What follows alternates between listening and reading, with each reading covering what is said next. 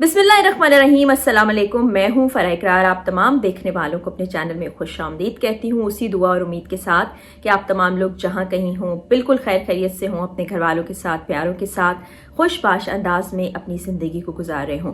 आज आप तमाम लोगों तक पहुंचाने के लिए मेरे पास बहुत सी अपडेट्स हैं। कुछ थोड़ा सा वक्फा आ गया क्योंकि कल का रोज़ बहुत ज़्यादा बिजी गुजरा था, लेकिन आज मैं आपको इस वीडियो में बहुत से तहलका खेज़ इंकशाफात शेयर करने जा रही हूँ जो कि पुलिस की जानिब से किए गए हैं। जीआईटी के एक मेंबर ने बहुत से इंकशाफात किए हैं और ये बताया है कि किस तरह से तीफी बट के गिर्द घेरा तंग हो गया है, किस तरह से गोगी बट से तमाम तर इंफॉर्मेशन ली गई और गोगी बट इस वक्त कहाँ है। उसके साथ साथ एहसन के हवाले से बहुत सी इंफॉर्मेशन आई है।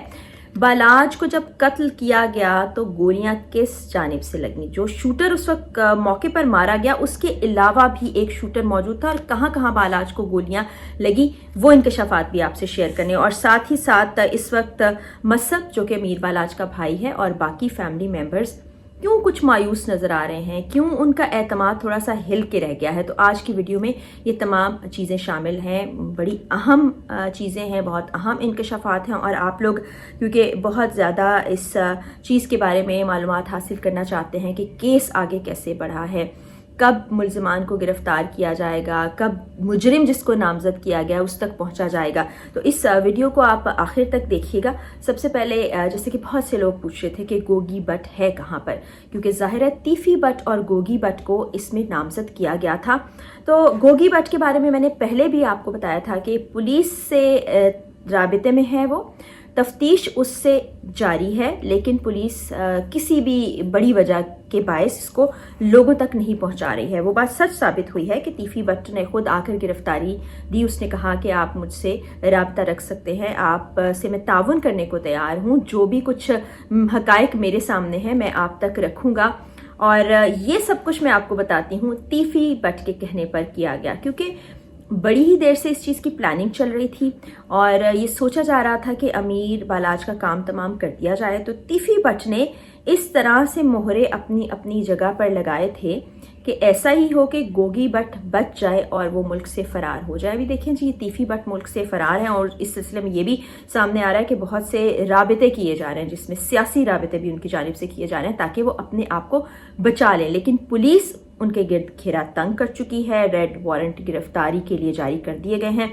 इस वक्त पाकिस्तानी हुकूमत की जानिब से पुलिस के ज़राए से इंफॉर्मेशन लेकर नेशनल लेवल पर इस तरह की चीज़ें की जा रही हैं कि बहुत जल्द तीफी बट को भी गिरफ्तार करके पाकिस्तान लाया जाए, उससे इन्वेस्टिगेट किया जाए और तमाम चीज़ें सामने आ सके।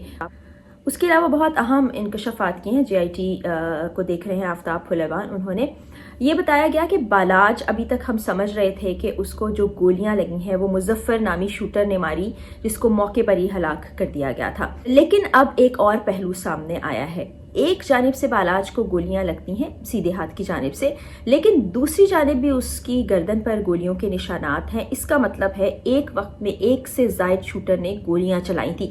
और दूसरी जानिब अगर हम देखें तो हारून शूटर जो कि गिरफ्तार हो गया, उसने जो इंकशाफात किए हैं उसके मुताबिक उसको मुजफ्फर ही को गोलियां मारनी थी। तो अब वो शूटर जिसने गोलियां मारी दूसरी जानिब से बालाज को, वो कहां पर है, ये एक नया पहलू सामने आया है जो कि काफ़ी ज़्यादा संगीन भी है कि उसकी गिरफ्तारी अब तक अमल में नहीं आई। बाकी काफ़ी हद तक इन्वेस्टिगेट कर चुकी है पुलिस, बहुत से लोगों को शामिल किया गया है। ये भी कहा जा रहा है कि एहसन की बीवी से भी तफ्तीश की गई है, क्योंकि बाज़ाब्ता तौर पर या बाकायदा तौर पर तो उसकी बीवी इसमें मुलविस दिखाई नहीं देती, लेकिन ऐसा महसूस होता है कि एहसन चूँकि बहुत ज़्यादा लालच में पड़ गया था और इस सिलसिले में उसने अपनी बीवी को भी एक तरह से इस्तेमाल ही किया है, यानी कि पैसे जो कैश थे वो अपनी बीवी को कहा कि अकाउंट में तुम रख लो, और पैसे जो हैं वहाँ से पुलिस तक भी पहुँचे हैं। पुलिस ने भी अकाउंट की सारी डिटेल्स हासिल कर ली हैं और वो जो 50 लाख रुपए मिले थे एहसन को, उन 50 लाख रुपयों में से 30 लाख जो है पुलिस रिकवर कर चुकी है।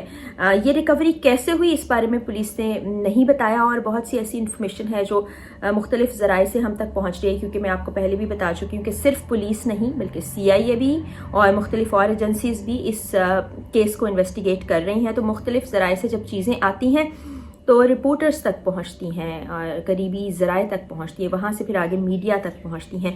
تو یہ تمام چیزیں بھی اسی طریقے سے سامنے آ رہی ہیں. اور اب چونکہ پولیس باقاعدہ طور پر خود انٹرویو کے ذریعے سے یا میڈیا ٹاک کے ذریعے سے چیزیں بتانے لگی ہے. حالانکہ ہمارا اندازہ یہ تھا کہ بہت جلدی وہ پریس کانفرنس کر کے تمام ڈیٹیلز بتائے گی، لیکن وہ پریس کانفرنس ابھی تک نہیں ہوئی ہے. چھوٹے چھوٹے ٹکڑوں میں ہی انفارمیشن کا جو ہے تبادلہ کیا جا رہا ہے دیکھنے والوں سے. اب ہم بالاج کی فیملی کی بات کرتے ہیں تو وہ کچھ مایوس دکھائی دی پچھلے دنوں میں. انہوں نے یہ بھی ریکویسٹ کی کہ جو اس چیز کو انویسٹیگیٹ کر رہے ہیں اس ٹیم میں تبدیلی لائی جائے کیونکہ ہمیں ان پر اعتماد نہیں ہے. پھر بعد میں اس میں تبدیلی بھی آئی، لیکن ایک طرف سے پریشر تیفی بٹ کی طرف سے بھی آ رہا ہے جو ان کو بھی معلوم ہے، کیونکہ ظاہر ہے دونوں خاندانوں کے درمیان ایسی دشمنی ہے، وہ ایک دوسرے کو اچھی طرح سے جانتے ہیں، ان کو معلوم ہے کہ کیا کیا حربے استعمال کیے جائیں گے. اس سلسلے میں مصب نے بھی جو ٹیم انویسٹیگیٹ کری ہے اس سے رابطہ کیا ہے، اور اسی سلسلے کی ایک کڑی تھی کہ وہ CIA کے آفس گیا.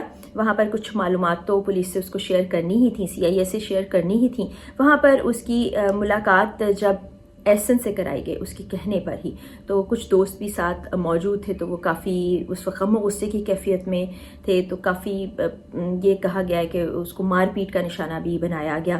اور ظاہر ہے ایک اپنا پیارا کھو دیا ہے، مصب نے اپنے بھائی کو کھویا ہے. اب جس طرح سے انویسٹیگیشن چل رہی ہے وہ تیز تو چل رہی ہے، لیکن جو فیملی ممبران ہوتے ہیں وہ چاہتے ہیں کہ فوری طور پر چیزیں سامنے آئیں، فوری طور پر فیصلے لیے جائیں اور جو لوگ اس میں ملوث ہیں ان کو قرار واقعی سزا دی جائے. اور اس میں سب سے بڑا جو مکروہ کردار بن کے سامنے آیا ہے وہ احسن ہی ہے، کیونکہ احسن کے لیے جو سینٹیمنٹس ہیں، پبلک سینٹیمنٹس ہوں، فیملی سینٹیمنٹس ہوں، دوستوں کے سینٹیمنٹس ہوں، وہ بڑے ہی دکھ، نفرت اور ایک ناگواری والے ہیں. کیونکہ دوست کو ایک دوست اس طرح سے مخبری کر کے مروا دے تو اس کے بارے میں اسی طرح کے خیالات سامنے آئیں گے. دوسری جانب ایک اور اہم چیز سامنے آئی ہے، جو خاندانی ذرائع بھی ہیں بالاج کے اور پولیس کے ذرائع بھی ہیں اور جو ارد گرد لوگ دیکھ رہے ہیں کہ بڑی تیزی سے جو بالاج کے دوست ہیں ان میں ملاقاتوں کا سلسلہ جاری ہے. وہ ایک جگہ جمع ہوتے ہیں، بیٹھتے ہیں، کیونکہ کچھ لوگوں کا یہ بھی کہنا ہے کہ احسن کو کسی موقع پر آ کر چھوڑ دیا جائے گا، وہ آزاد ہو جائے گا، اس کو سزا نہیں ملے گی. حالانکہ سہولت کار کے طور پر وہی استعمال ہوا، تمام معلومات دینے والا بھی وہی تھا. اس کے بعد کیا اسٹریٹجی ہوگی اس پر بھی غور کیا جا رہا ہے، کیونکہ اس طرح سے آسانی سے اس کو معاف نہیں کیا جائے گا.